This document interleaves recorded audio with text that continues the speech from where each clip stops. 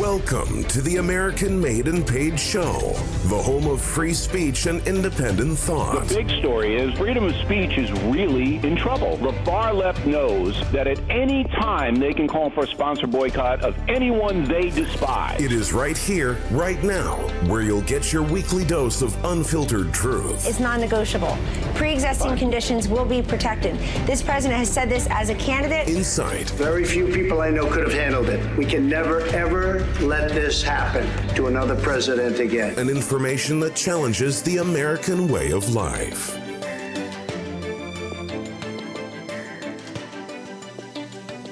Hey everyone, welcome back to the American Made and Paid Show. Zach here. I got Professor Dreg with me, and as usual, we want to follow up with our discussion that we were talking about yesterday. We were talking about Asians, right? And the whole aspect that Asians are not very, very assertive, and how that leads to a lot of the aspects of giving up our rights. But we also want to jump into some other aspects of Asian culture. Professor Dreg himself, now I won't give too much background, has had his fair experience with Asian people. But all I'm going to say is we're going to be talking a little bit more about parenting, because I did a video today that I think just dropped on YouTube. Unfortunately, it's not doing too well. I threw the video up. It only got like 200 views in the first hour. I think my views are crashing, but that doesn't matter because we're focusing on this right now. But it was about tiger moms, right? About authoritative, and permissive parenting. And it's really funny. You guys can't see this right now, but Professor Dreg, every time we do this show, he always seems to be eating like a protein shake or drinking a protein shake. Yeah, no, it's honest to God, it's just regular chocolate milk. Why are you drinking chocolate milk? Because I'm a kid. So you sent me a couple of videos. We're going to keep this episode light and playful, but we always tie it back to a lot of stuff. We're talking about, the whole Asian parenting dynamic, especially the tiger parenting. Now, that's something that is more specific to Asians that come to the Western countries than it does, like, say, with Asian parents that live out in China, right? So you sent me a couple of videos about this like young, spectacular breakdancing girl who went on Ellen or whatever. And I was just telling you before we started this that, well, that's because it's China. In China, it's like that standard is not as evident. You got over 1 billion people. Not everyone is going to college. Not everyone is, the typical Asian model minority thing that we see here in the States. Yeah, and it goes back to what I was saying yesterday. The Mandarins were like the progressives of today. And then they create this whole subculture where this little kid who's 7 is like this phenomena. And they have this thing in China called Dance Vision. And it is packed. And all of these people, you swear to God, it looks like a Run DMC video. And it's insane. Like, there must be like 2,000 people. They're all dressed in hip-hop gear, but, from like the 80s. Like the girl herself, she's wearing like a real hardcore original, like popping from the 70s. Like in the old days, the black dudes used to wear suits and hats. Yeah, when they would do their dancing like robots, and that's how she's dressed, like an old school, like a throwback from the 70s and early 80s when everybody wore suits. I feel like with China and some of these other countries, they always seem to follow Western trends to some degree, and then like a lot of the population may follow like 20 years after. You know what I mean? Like things that used to be hip. It's not just any Western trend. And it wasn't like these guys are doing like rock, hair bear, glam rock type of Western things. This is real, like hardcore, old school black culture. Yeah. I mean, and not that hip hop is black culture, but the majority of all blacks love hip hop and they love dancing but Asians love it too. I mean, that's very, very evident that Asians are super into hip hop. They're so ghetto. Don't love it. You know what I mean? This is like, and I'm thinking, are you telling me like 90% of China's ghetto? Like, dude. No. But China has 4 times the amount of people than the States, right? And what we're seeing are selected hip things that China wants to reveal to us. Because let's be honest here, man, China, we don't have a lot of access to China. Do you know that people from China are not even allowed to get on Facebook or YouTube or whatever? Yeah, What I we know. see out is just pockets, right? So you're seeing this hip hop girl from Beijing. And by the way, speaking of Beijing, Beijing's got a killer music scene. What we're seeing is just snippets, right? It's not indicative of the whole thing. But you're not wrong. I mean, that type of subculture makes its way out into the Eastern countries. I mean, look at Korea, right? Those people can dance. Yeah, but there's, see, now I would think that I'm gonna turn off the volume on this video. Well, but I don't know about the video volume there. People aren't going to be able to hear it clearly. Okay, cool. Because I like to hear the music. Because I'm thinking, man, this is like just straight up like old school hip hop. And yeah, but anyway, but see, the thing is like this. You know why I know how this got into China was through companies. So American companies like Red Bull. Who else? Well, mostly just Red Bull. They were the only ones that I can honestly say, because like I know like some of the car companies, like the Korean car companies, and Toyota were able to infiltrate China, and they were sponsoring these types of events. And so, you know, they pay, you know, the local hotel or the local, you know, government ran facility, you know, a boatload of money so they can crack the Chinese market with Red Bulls and their cars, you know, whether it's like the Kia car or whatever. And so they would bring out Americans and they would tour like China, and they would do DJing competitions and just show people, you know, like what it's like. And but it's interesting how it's really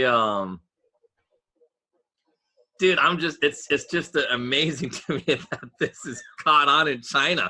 It's amazing to see. No. There's a huge hip hop culture out there, big punk subculture. You'll find pockets of this type of stuff everywhere. You know, it's just that I just think that this is coming from you because you're an American. When you see this, you're just like, holy cow, because it's so out of left field that every time you see maybe a 5-year-old Chinese kid breakdancing or you know, hitting the decks, and you know, it's like, it's just not expected. It's not what we expect. And arguably you could say this, that some Chinese that come over here, I'd say now, like in today's day and age, that weren't coming here because their parents came here from previous generations, I actually think they take a little bit of a different perspective. They're not as, I don't think the contingency of like go to a great school really matters that much anymore. I think that was only limited to a small window of time for a few decades where that was enforced. Now, I don't know if you're familiar with this concept, but we have a lot of these so-called parachute children. You know how we talked about Arcadia, we talked about EB5 money. Yeah. So these rich investors from China now basically they'd have all these kids, right? And what they do is they send them to schools in the United States, but they don't even have to really do well anymore. They just have to go to school in the States. And then a couple of things may happen. They stay there, or they go home and they work with their parents. But what I'm trying to say is they're into all that. They're into like the hip hop culture, the cars, and think about it, right? They're spoiled. But it goes back to what I'm saying. If you understand what the Mandarins wanted to accomplish in China, these videos prove I'm right. Because all these kids dancing into this hip hop culture, they're going to amount to nothing. I guarantee you that. These are not going to be your astronauts. These are not going to be your people. No. But you'll be popular on the internet for a while. And I don't know how they make money, but yeah, no, but that's the whole point. See, now, if you can turn the masses and placate them and let them, you know, kill themselves with their own devices, they will do it willingly. You don't need to see, because this is the thing. Mandarin people, they were purely intellectual. I mean, I don't know. I'm not a Mandarin, but from what I understood in history and my understanding of how governments work and how the one world government will work and how, you know, how they needed to succeed. And the reason why this all came about was based on your Farrakhan video. And so, you know, there was a dude, he commented on your Farrakhan video, and just dude was talking crazy, right? Well, what did he say? And let's debunk it a little bit here. He basically said that you're wrong, Darwin was the scientist. And yeah, I wanted to respond to that guy. I'm surprised you didn't say anything. Let's talk about that. Let's talk about Darwin, because you did mention that earlier, and it will tie it all together with Asian. Well, yeah, but that's the point. But then it also ties into the whole tiger mom mentality. See, I believe the tiger mom mentality comes from the Mandarin people. Because a tiger mom only cares about her own kid, right? She doesn't really care what the other kids almost like a cub. They not like a real tiger, yeah. Yeah, no, but that's the thing. Mandarin people only wanted the Mandarins to have their own knowledge. Like, they wouldn't share knowledge outside of their group of people. And how do they do it? They got everybody high. They got everybody into like hip hop of their day. And so when you have all those people not caring about education, well, what happens? Well, you see what happened today. See, because the only weakness the Mandarins have was they were not warriors. They would not fight. So obviously, but they would study hard, and they were smart, and they worked hard and all that. Yeah, but eventually, another smart guy from the streets goes, you know what? We can take these guys. And that's how basically communism came about. I mean, I'm simplifying it a lot, but basically it's that's you're not wrong there. That's what Mao did. Mao sat in the library and was just like, I think I could actually take advantage of people. Yeah, no, but and he did it. And he goes, how do I do it? Well, the first thing I got to do is get rid of religion. And that's what he had to do. He outlawed it. He literally, he outlawed it. He did. Right. And every communist. Well, of course, any communist government, any socialist government has to undergo their own cultural revolution and purging in their own countries. It happened in Russia, happens in China. Hold on, no. But it's more specific than that. See, that's too general. Specifically, what do they have to do? See, because a cultural revolution is a simple way of saying we're going to get rid of God. I mean, not simple. It's a fancy way of saying we are going to get rid of God. Right. That's what a cultural revolution is, because every single culture on this planet, I mean, you hate to admit it, but it's the truth. Even as an atheist, I understand this. Every culture is based on their belief in God. Some form of God. Yeah, and no, it really is the gods stated in the Bible, because there's God, like the God of Moses, and then there was all these other gods that the God of Moses eventually overtook or killed off or whatever. Mm-hmm. Because I don't know. I mean, you're not wrong about that. They would do that. They would destroy the structures, the altars and all that kind of stuff. That was a real thing. Yeah, but that's the whole point. So cultural revolution is just another way of saying we got to get rid of God. We got to get rid of religion, because that is our only threat to our power, is their hope, their faith. And that's the only thing that can stop education. I mean, I know this sounds like really bad, but because it sounds like I'm saying religious people are uneducated. But the thing is, people with science, they only believe in absolute facts, right? It's absolute. This is an absolute thing. Right. But then the people with real faith, they really don't care, because it's, like they believe a lot of the stuff in the Bible without question. Like they just believe it, without any justification. They never seen it. Just something in them says, you know what? I believe it. And those are the hardest people to control. If you're going to manipulate somebody, it's extremely difficult to manipulate a guy who... I'm starting to see it now, because I think people who are so-called academics, right, who are purveyors of facts and knowledge, in quotes, right, you can actually convince all of them that what they're fighting for and their values don't matter anymore, right? You're right about progressivism, right? That's the whole point of progressivism, is to progress past what has worked, right? What is thought to work. They think the Constitution is archaic. They think that what exists is archaic. But what I'm trying to say is that's why education, it's very, very easy to manipulate people in education, because all they have to do is position themselves as figures of authority, but not God. God's not your authority. We are, right? We tell you how to think. We show you what to learn. And that's the stepping stone to government now, which is, okay, so now that you've gone through school and we give you a job, this is where your freedom is coming from. We determine, how much in taxes you pay. We take care of you, all that kind of stuff. But it's weird, right? Because when you have, I don't want to say like just faith, if you're grounded in that, then it doesn't matter if, even if you're at work and people take paperweights out of their office, like you're going to be the same, right? It's almost like you don't care if things like that change. You don't go, for example, let's take transgenderism for a second, right? 30 years ago, probably like not to be heard of. Right now, I went to Los Angeles and there's these bathroom signs that have, a male dress guy and a male figure, and then now one that's half. There's literally 3 types of. So what I'm trying to say is, it's just become more acceptable as time progresses. You see what I'm saying? So that's what I'm trying to say is that if you have faith, you're kind of just rooted in that as the moral compass, no matter what, because the word endures forever. If you want to believe in that, regardless of how the rest of the world thinks. Right. Well, okay, now, but remember, let's focus on how to manipulate people, because this is what it's all about. It's how does one get power and how does one keep his power? It's hard to get power over a religious guy. It just is, because he will not respond to quote unquote reason. He won't respond to facts. I could easily manipulate a medical doctor or easily manipulate a scientist, because, and I spoke to you about this before, how I believe, and it's already been proven that what we know of black holes are fake.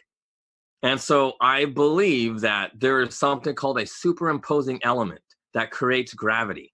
It's a mass that we don't know, but it's unique to every galaxy.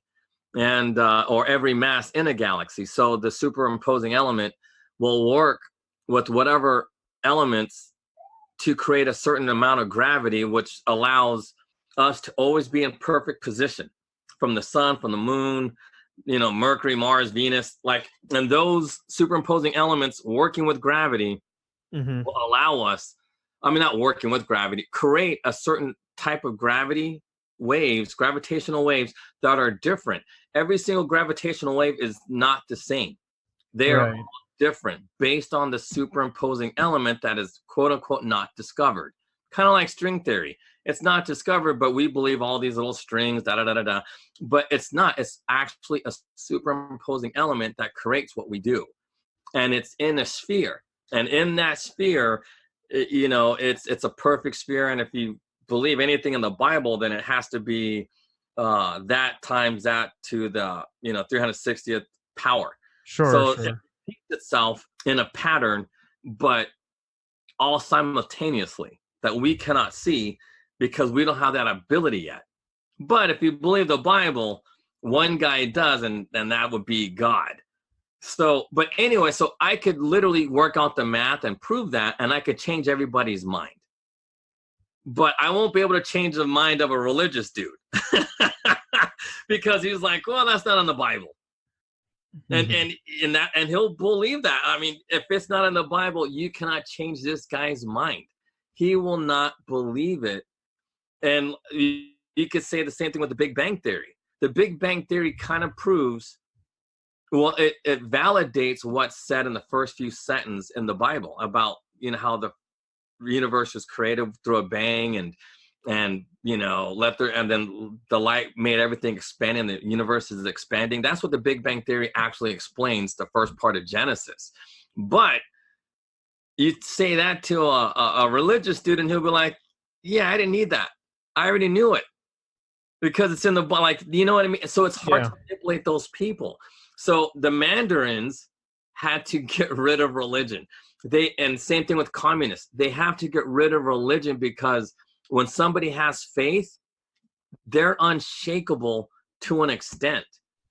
But you can always, and that's why sex is so important, because through sex, you can change anybody. There's something about those two things. It's either sex or it's money, but I think sex is a more powerful motivator than money for some people. Hell yeah, it is. Because money comes and goes. You know what I mean? Like, right. It's like people don't care about money. Money's not really.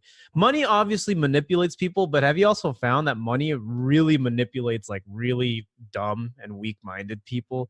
Like, I mean, I'm not saying that people who are after money aren't motivated by it, but like, can I just tell a short story here? Yeah, go for it. I've been in situations where I've worked in organizations where people who are manipulated by money, as in like they're very, very driven by it, almost like too crazy about money, are always worried about losing it, worried about getting more. And I gotta say, man, every time I've caught somebody who was robbing from a company, or I've been in a situation where it's like clearly this guy stole money from us, right? It's always, I hate saying this, but it's always like a dumb deadbeat.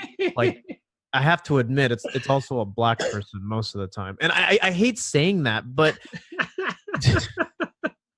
come on, because they're dumb.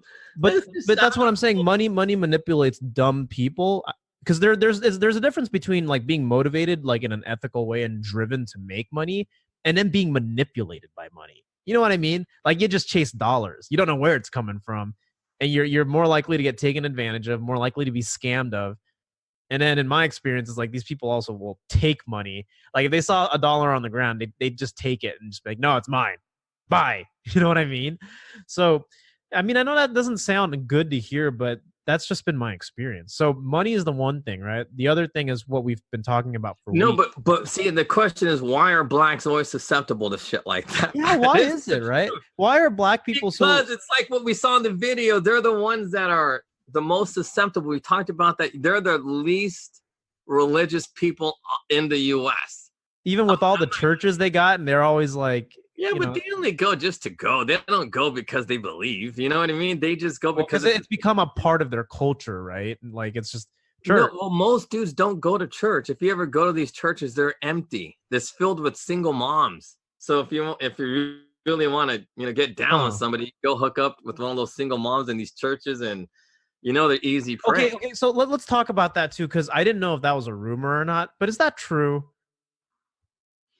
About what? The single moms going to the church, because I've heard that. Where I've heard stupid stories. Just like okay, so even like everybody says this. It was The Simpsons, Family Guy, but prayer is the last resort of the scoundrel. That's a real saying, because and if you really want to hook up with somebody really easy, just go to a church and you'll find all kinds of hot little chicks, looking for a daddy, as they say. But it's the reality. That's why is it all black single moms though? How come? I mean, I'm sure. No, but you can go into any church and you'll find the same. But because blacks are the easy targets, because why? Because come on, think about it. We make up. Yeah, I know, but because like I don't associate myself with anybody. No, because like I'm just like an independent, like I'm a sovereign dude, and but at the same time, being sovereign is not all what it's cracked up to be. But that said, because look, even sovereign people need communities. You know what I mean? It's like a phenomenon in Japan where like the homeless don't hang out in the streets; they go to those internet cafes. You know what I mean? Because they need to be close to other people, and then if they have to interact with somebody, they can get their needs met, and then boom, they're back in the little cubicle. So there's no such thing as being like sovereign, where you're just like that Grizzly Adams in the woods all by yourself. That's just doesn't really happen, because we need people. But that said, no, but blacks, we make up like anywhere between 6 to 12% of the population in this country. Yeah, that's about right. It's whatever. But for some odd reason, we're 40% of the people locked up in prisons. So and with all and it's men, not women aren't locked up. It's the men. So if all of those men are locked up, what are these women gonna do? They're tired of the bad boys. So where do they go? They go to church. But there's no men in church. And the thing is, like, if you were to improve as a black person in your community, like you want to get an education, you want to be smart. I heard this on black YouTube, right? I'm just gonna say it as it is, right? You get made fun of. You get made fun of for acting white. You get made fun of for being smart. You get made fun of for going that's to. the whole point. It's like, when is being smart called acting white? You know, if anything, you say, No, oh, it's like stupid, but that it's stupid, but education. that's what happens. People are legitimately getting made fun of for making too much money, wearing a suit, and going to university. If you come from the hood. Yeah, I know. Yeah. But not with everybody, because there are a lot of people who actually know better. Like, because if you're a real leader, I don't want to say a real gang leader, but look, everybody who leads, who has their little clique, they know that you need a smart dude. You know, you need a smart dude that understands the law. You need a smart dude that knows how to make money, how to save money, how to, do, sales, distribution. You need a guy that knows that. And good leaders, they know that. That's what makes an alpha. An alpha knows. Like, an alpha dog might not be able to do it himself, but he knows how to recruit. He knows how to look out for everybody and use those people for the greater good of the group. And so it's not like, but the dumb dudes, like the muscle, or as we call them, the worker bees. The worker bees are the ones that are always talking shit because, they're worker bees. They're nobody. But, but they're the guys that are going to be shooting people and killing people if that needs to be done.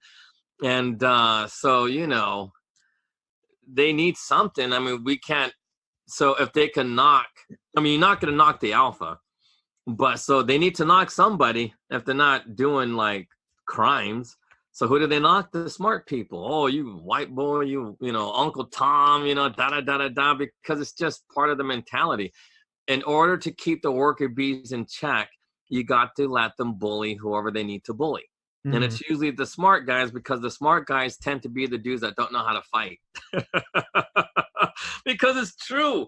You know what I mean? Smart dudes don't have time to fight, which is not necessarily true, but generally speaking, the nerds. No, of course. There's truth to that, even in the stereotypes. But what were we saying about Black people? Oh, and being manipulated by money and sex. And how does this pertain back to Darwinism? Or well, see, because that's the whole point. See, now Darwin knew that, because here's the thing. In the old days, because we said this yesterday, when Blacks were very close to God, they were at the top, and Asians were at the bottom. Now we see that in this country, it's the Asians that are now close to God, and the Blacks, they don't even know he exists, and the roles have reversed. And it's weird, like, to see that dynamic. I mean, it's like I never noticed it until yesterday. I was like, holy crap. This is a weird dynamic. It's like the Chinese people are on top because they're the ones that, honest to God, go to church and do it the right way. And the Koreans too, like you see a lot of these Korean Christian churches, Chinese Christian churches, all in their native tongue, you know what I mean? And Chinese writing and Korean writing. And they're the ones that are ruling economically this country. Never the politics. They were never like senators or whatever like that. That's the one thing, like Blacks never, even when they were number one in the demographics of education and economics, they never ruled anything. They had Black politicians, but they weren't the president. They weren't the judges. At least very few. There was some, but very few. Because remember, even the very first self-made female Black millionaire was a Black Christian woman. And she used the whole multi-level marketing from Jesus into her own business. That's right. The discipleship is it's like MLM model. No, but it's the truth. Except you don't get paid to do that. Yeah, no, but like I'm coming up with these things, like I'm thinking, holy crap, that's how it was done. Because I knew it was Christianity that saved, that ended slavery, but it also helped them in business and economics and education. Which is an odd thing. Well, also, here's the thing about Christianity, right? And I got to make this distinction because it ties into like MLM and the way we think about like business and stuff. Yeah. Back before Christianity, right? Religion was actually an exclusive thing where it's like it was only unique to your tribe, and you couldn't convert to that religion the way you couldn't convert to that tribe. So what I'm trying to say is belief systems, right? Egyptians had their gods, you know what I mean? Like all Babylonians had their gods, like, and you couldn't just believe in their gods because you wanted to. You had to be a Babylonian, you had to be an Egyptian. Christianity changed all that. Whereas, like, it doesn't matter who you are, where you come from, whatnot. You can hear the good news if you want to. So if you really think about it, like, make that distinction, because religion prior to that, there was no conversion. There was no. It doesn't matter who you are. If you believe in Christ, you can. You're a Christian, right? Whereas back then, religion and culture were like this, and it's like, dude, you can't be Egyptian. This like, you know what I mean? Hand in hand. Yeah. No, because people can't see you do hand in hand. Oh yeah, I did that, and that's funny because it's like prayer hands. But anyways, yeah, no, but it was hand in hand. Yeah. But you see what I'm trying to say, right? Yeah, of course. I can see you, but other people can't. No, but that's why it's funny. No, but it's the truth. It went hand in hand, literally. And yeah, I guess it looks like prayer hands, but you cannot. Yeah, I cannot stress this enough. And that's why I'm actually for the way Tiger Moms are, because it ties into religion. And the thing is, like, because I don't know much about the Christian faith, but I do know from reading the Old Testament that you had to rule children with that iron rod. You had to spare the rod or something like that. That's a saying, but there was something like in the Old Testament, it says that you really have to, give that kid the rod. Yeah. And there's a reason for it. I mean, not that I get it. Like, I totally understand what you're saying. There's a fine line from beating your child and being abusive and really laying down the law. And I swear to God, I think if you do it once to a kid and make it meaningful, that's all you'll need for the rest of their life. I agree. But I think that when I say Tiger Moms, right, I mean, these Tiger Moms are abusing that. They're going beyond that, because I'm all for having authoritative type parenting. Yeah, where because it's like, they don't know. They don't understand. You got to discipline the child. But this is different because, number one, these Tiger Moms do it for their own pride. It's to brag to other. I grew up around Tiger Moms. I know what they're like. And I totally get it. See, but that's not religious. Yeah. So that's what I'm trying to say is the distinction here between an authoritative religious, like, okay, so here's the thing. I'm not sure, this is going to be a little bit of a segue, but what is it with white Christians, like actual middle class, upper middle class Christian families in the Midwest?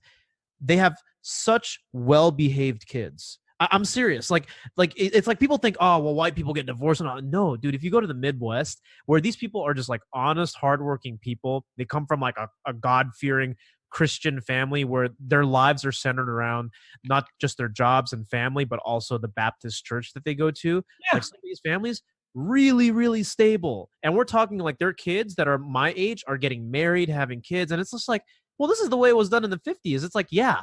But it's like that too in black communities in Georgia. So if you go to Georgia, there's those in the South, in the South and the Midwest, where if we really want to talk about the fundamental traditional values that's put into place with Christianity, it's really prevalent out there. And here's the thing, they do really well. Like, those people, they do. They save their money. They got no debt. Dude, I was on the phone today because I'm a sales guy. I always get these calls from people who are out in Tennessee, and they're so polite. They say sir and stuff. It's like, I'm getting married. I'm 22. I have a good job. I got 10 grand in the bank. It's like everybody in progressive cities could learn from you. And it's like, God is my rock. I'm not joking, because there's discipline. There's real discipline, and it's also sparing instant gratification. Now, let's go back to what I said earlier. Do you see why they need to take God out in order to control him? Yeah. Because you cannot reason with these religious people and tell them why they have to have my credit card. That's what I'm saying. A lot of these guys, I talked to a guy 25 years old who lived out in Arkansas, right? And he's got the Southern accent. He's like, I don't use credit. I pay my gas bill. It gets paid every month, and then I'm good. His credit limit's 500. He bought his house in cash. Like, he's one. Like, you know what I mean? Like, it's no, but you should do that. That's how. See, that's how you're supposed to do it. But then, these banks and but that's the whole point. For some reason, people really want to see themselves as godlike. I'm telling you now, that's how you feel good about yourself, because you're better than everybody. And a long time I always, because like money comes and goes. I've been rich, I've been poor, I go up and down because I blow my whatever, and I just don't care because I know I can always make money. But the thing that always keeps me going is knowing that I'm better than everybody else. And that's how everybody's taught to live in progressive cities. You don't care about anybody but yourself. And that's the only way these guys get to stay in power. Because if people don't want to get into, if they don't want to get into power, guess what they end up doing? They end up like those people in the Midwest that everybody makes fun out of. We call them flyover states. We say, oh my God, those guys are so uncool. They've never been anywhere.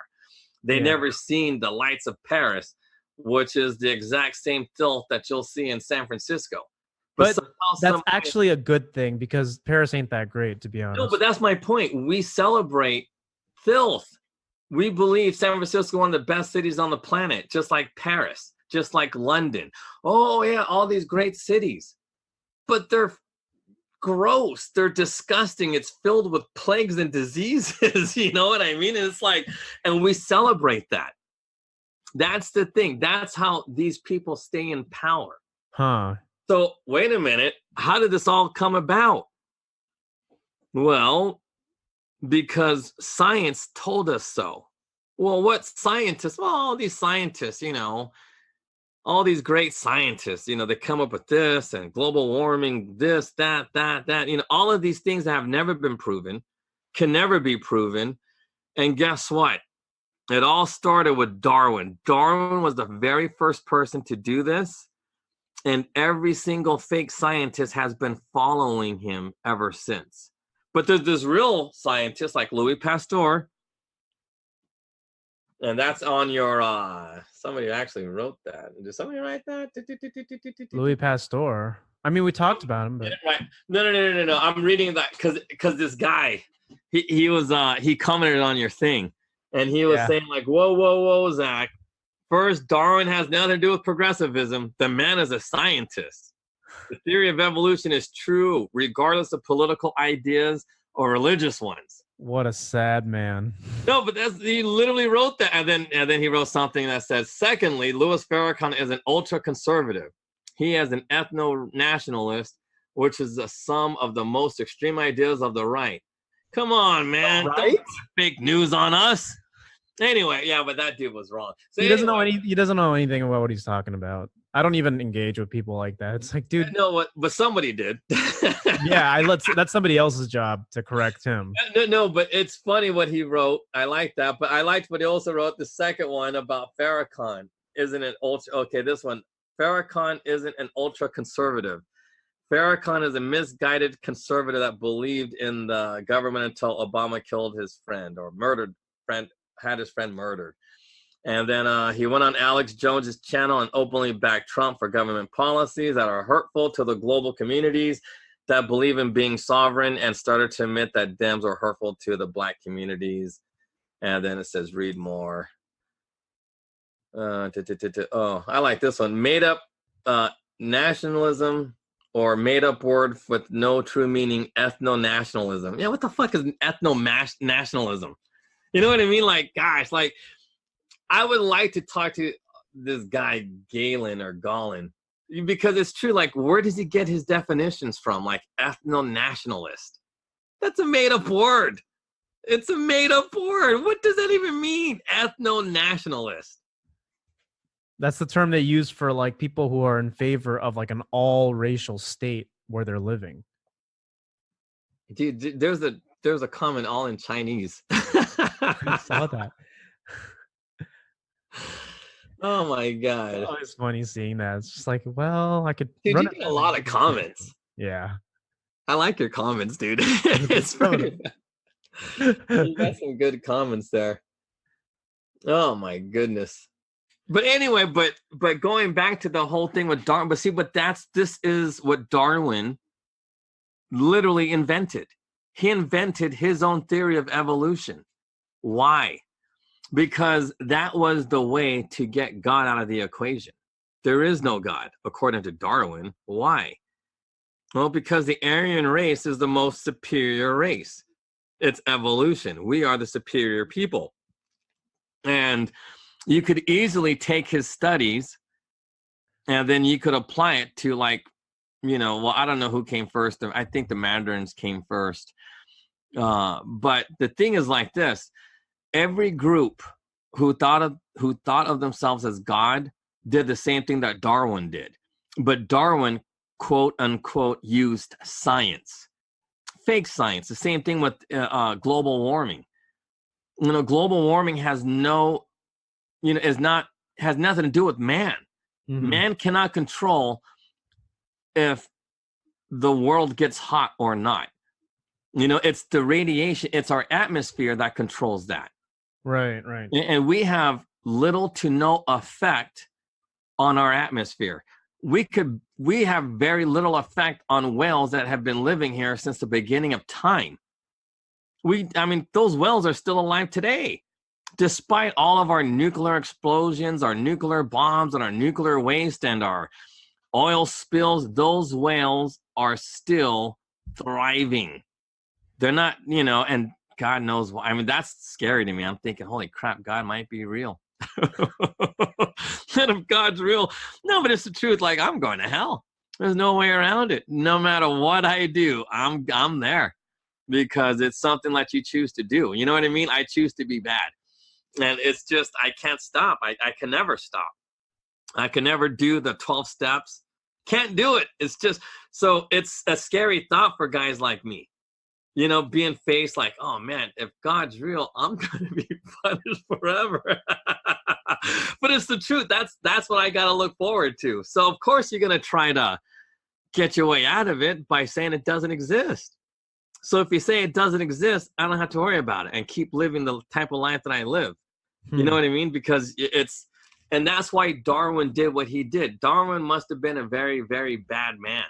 Think about it. He literally said that the Aryan race was superior to the Asians, to the blacks, and then he went on saying like how that gorillas are going to be extinct at the same time as black people because they're this and that, blah blah blah blah blah. But I'm going back to this guy's comment, but he makes okay. So going back to the comments. Yeah,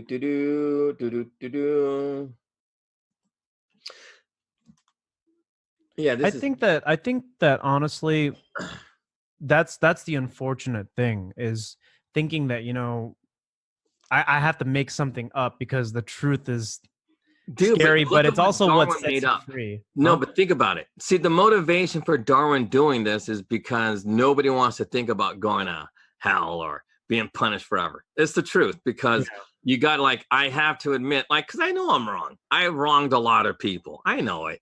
And I'm going to probably continue to wrong a lot of people because it's just my nature. But anyway, so this is how messed up in the mind Darwin was. And I'm going to quote this dude from your comment section. But anyway, so this guy writes, why haven't monkeys evolved into humans ever since? No, but it's, think about that. That's a really good question. If Darwin is correct, why haven't monkeys developed any more human babies? If it's true, if evolution is true, why haven't, from the time Darwin was, I asked that once in an 11th grade science class, and basically it was just like, I don't know, I was given an answer that was BS. And no, but seriously, how come monkeys haven't evolved into humans yet? I don't know. Okay, what about this question? Because there's 4 questions, and all 4 questions are actually pretty cool. So the other question would be this, and this you'd have to ask somebody who really believes in Darwin. Why haven't 2 monkeys given birth to a human baby? Just like, not just evolve, but what about, because how there's that Planet of the Apes movie. Yeah. So Caesar kind of evolved into a human. Well, he gained higher intelligence. Yeah, exactly. So why haven't 2 monkeys? And I think that's what that question, how come monkeys haven't evolved into humans? But monkeys look so different from humans. Even though No, all but DNA of all according to life on Earth Darwin- share 90% of the DNA, it's like, Yeah, but we got the same DNA as a tree. I know, that's what I'm saying. We have a lot of similar DNA. No, We but breathe that's the my same point. That's atmosphere. why the superimposing element is very key. Like I'm telling you now, it's there. We just have to figure out the math and discover that. Because there is an element we are unaware of that is unique to gravity itself. And that's the key. But anyway, I don't want to get into that weird types of physics. But anyway, but the other question is, how come two monkeys haven't fornicated and gave birth to a human? Because isn't that evolution? Like there'd be a genetic kind of mishap and a baby's born? What they say and what I learned in school was it's mutation. That's one out of a million, and it exactly. happens over millions and millions of years. So how come no monkeys had some kind of genetic mutation and given birth to another human? Because it doesn't happen. Exactly. It's the truth. Because it doesn't happen. And science has already proven that. What about this one? If Darwin was so correct, how come Asians are more successful than the Aryans? No matter what country, China, Korea, Japan, Asians are more successful than Aryans. And according to Darwin, that is an impossibility. Because why? Because Asians are a lower form of human, based on his theory of evolution, because they're too close to monkeys. So how is Darwin wrong on that? You know what I mean? It's like, you know, and then the obvious one is, how come the black race hasn't gone extinct? Because the gorillas are extinct. I mean, how many gorillas are left? 30? How many blacks are left? You know, Jesus, there might be 1 billion blacks. I don't know how many black people there are on the planet, but there's a boatload. And anyway, and the thing is, come on, Nigeria is such a powerful country. Yeah. And it's kind of like, as a people, the Nigerians are just as successful as Chinese, or more successful than Chinese. Well, and here's the thing. What progressives like to argue, right, is that it's because of Aryan influence, the white influence, which is what has led to the destruction and devastation of a lot of these African countries, which to some degree may be true. But if you look at some African countries that have never had any kind of white influence whatsoever, like Ethiopia or Liberia, like, because here's the thing, progressives like to say Liberia was going to do well. But progressives like to say this. They like to say, well, if the white people just left Africa alone, we would have Wakanda. And I'm like, well, no, that's not going to happen. Comic book crap. No, that's but what they say. It's like that's a black ethno state. It's a black supremacist state. No, invented by two white dudes. I know it's comic book, but this is what progressives actually believe. You've got people like Kamala Harris doing the Wakanda thing as if it's real. Like, it's out of control. But do you see why they need to be manipulated? Seriously, do you know why this is based on manipulation? This isn't based on science. This isn't based, I mean, there's a science to manipulation, but it's not real science. It's not mathematical. This is the whole idea of progressive ideology, or the way the Mandarins did it. It's all in the same belief, communism. You have to get rid of religion. You have to get rid of God, and you replace it with yourself. You have to become God. If not, boom, nothing works. Because Kamala Harris's faith is in the white people who gave it to her. And she believes that, like, seriously. She's talking crazy about Wakanda. A bunch of something like, dude, everything she says is some white dude gave it to her. Seriously. Some white dude put everything in her head comes from the white progressive perspective. Right. And same thing with London Breed. Same thing with, Willie Brown. Yeah, no, but it's the truth. And this goes back to what I was saying about, think about this. Back in the day, because I don't know if people know anything about San Francisco, but in San Francisco, we have the naval shipyard, used to be here. Yeah. And it was totally contaminated. And the thing is like this. And it goes back to, we talked about this before, and how the Chinese now own all of the buildings and the businesses to some extent that are inside these buildings and all the ghettos in the Bay Area. Right. And how was it done? Through social engineering and through the EB5 program. But here's how it all started. And I know people don't want to hear this, but I'm going to read it really quick. This came out on September 26, 2001, about San Francisco.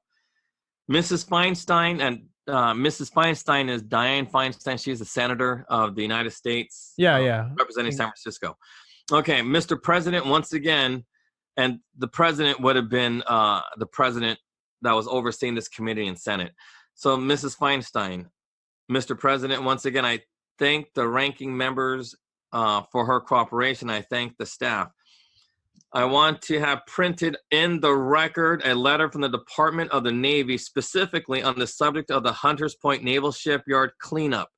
There have been real problems in the cleanup which have characterized the delay of the inability to move forward. One major event was a toxic fire underground that burned undetected. Dude, there was a fire for 2 weeks that was undetected in that shipyard for 2 weeks before it was put out. I'll read that again. One major event was a toxic fire underground that burned undetected for 2 weeks before it was put out. I think the Navy understands certainly my depth of feeling, and I think it is supported by the ranking member that they move expeditiously to clean up this base. The letter states their determination to do so. I ask unanimous, unanimous. Okay. I asked unanimous consent that the letter be printed to the record. There being no objection, the letter was ordered to be printed in the record as follows. Department of the Navy, Assistant Secretary of the Navy, Washington, D.C., September 25th, 2001. Honorable Dianne Feinstein, Chairman of Subcommittee on Military Construction, Committee on Appropriations, U.S. Senate, Washington, D.C. Dear Madam Chairman, because she was sitting on the board. Okay. I am writing in response to the queries regarding the Department of Navy environmental cleanup program at the Hunters Point Naval Shipyard. The Navy fully shares your commitment to completing the environmental remediation of the former Hunters Point Naval Shipyard. While progress on the remediation efforts may have been inadequate in the past, I can assure you that the Navy is committed to fully funding the cleanup of Hunters Point and to moving expeditiously to complete with top priority project on schedule. With help from your committee, the Navy is prepared to execute the total project FY 2002 program of $50.6 million at Hunters Point. Deputy Assistant Secretary Halliday, that's the person who signed it, whatever, Dude, $50 million was spent on that, right? Yeah. Willie Brown brought in over 1,000 Chinese dudes who gave him $500 million to take over all that land. And he billed them to clean it up when they already cleaned it up. You know what I mean? Through the EB5 program, because they can and they know. And that's why this is how Chinese people get stuck in the ghettos, because they don't know any better. They want just green cards. They want to do what they do, like what you said, parachute children. Yeah. Yeah, they want parachute children to live, and they end up in the ghettos. Why? Because it's an easy, cheap way to go ahead and get your green card for your kids. And that's why they do it. And that's why they're in San Francisco, in the Bay Area, or any area that's done like that. That's how it's done, because there's proof that these areas need cleaning and it's all jacked up. They don't have to spend $1 million. They just have to spend $500,000. So they use that to get ahead. But anyway, the whole point of bringing that up is white people control how people like Kamala Harris, because Kamala Harris has no idea about this. What I read to you and the audience, now they know, Kamala Harris has no idea. She's from San Francisco. London Breed has no idea. She's from San Francisco. All of this stuff they say is all been planned out by progressives. How and why do they do this? Because they believe in the science that Darwin says they are superior. And as long as they can get religion out of everybody, guess what? Nobody will question it. Why? Because the quote unquote science, the paperwork they give, like to Kamala Harris, she doesn't question it. Why? Because she believes it's real science. Why? Because she's uneducated herself, or she doesn't believe in God. It's one of the two. Like, how come I don't fall for these tricks? I'm not religious. I don't believe in God. Well, I have an education. So it's one of the two. Either you're going to believe in God or you're going to be educated. Right. And Kamala Harris is neither. Her education is very grounded in progressive ideology. So she's not going to question it because she never had God. I was lucky to have some Christian type of leaders, growing up, because, I was kind of taught in the Christian way without even knowing that they were teaching me, because they weren't like, like I said, I think they should have done a better job. I mean, if they really believed in it, they should have told me something else, but I don't know. But either way, but, like I said, like, now that I believe that God is real, I'm thinking, crap, and I'm done.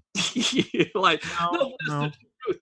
Yeah, you say no, but I'm telling you now, just from what I'm reading, I honestly believe that even if you knew, like, because I know you told me that story about the first guy in heaven or something like that thief dude, but I think that's actually different. You know what I mean? Because Why? like, just thinking about it, like, because I know what Christians believe about Jesus being God and it's all the same, but I don't think so. Like, because here's the thing, because what people don't understand about Christianity is that you're not really saved. Well, I don't say really. You're not saved by good deeds or bad deeds. You're saved by faith. You're saved by your belief.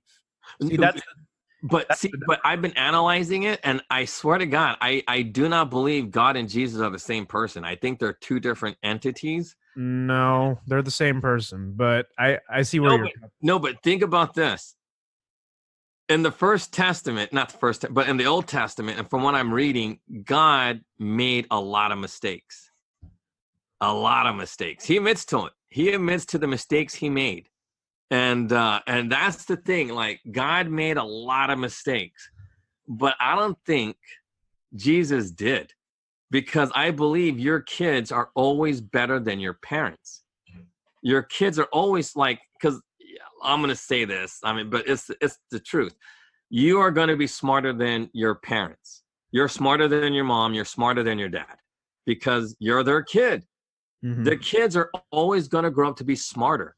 And I believe Jesus probably really was the Son of God, like the literal progeny of God. And that's why he's smarter. Well, not smarter, but like, here's the thing. Was Jesus a jealous guy? I don't know, but I bet you money he wasn't. See, because Jesus said things God never said. He said, and he's actually preaching. I mean, not preaching, but the two things that I find unique about Jesus that's not found in God would be the whole thing about trying to control your lust. And God in the Old Testament is like, look, you can't control it or do your best at it. If not, you're going to be screwed. but seriously, that's how it is in the Old Testament. But Jesus kind of gives you a way to figure it out and how to deal with it. You know what I mean? And those are the fundamental differences. So I honestly do not think Jesus and God, they cannot be. They cannot be the same person, because why wouldn't God say it in the very beginning? Because that's how evolution works. The children are always going to be better than your parents. Always. Unless they're born retarded. And those are genetic defects, a mutation. But a human being is going to have a genetic mutation of another human being. But usually it goes forward, not backwards. And that's what I think. I honestly believe that without knowing too much about Christianity. I don't think it's the same person. I think Jesus might have seen, like, this is what I honestly think. I think Jesus was there when God created everything.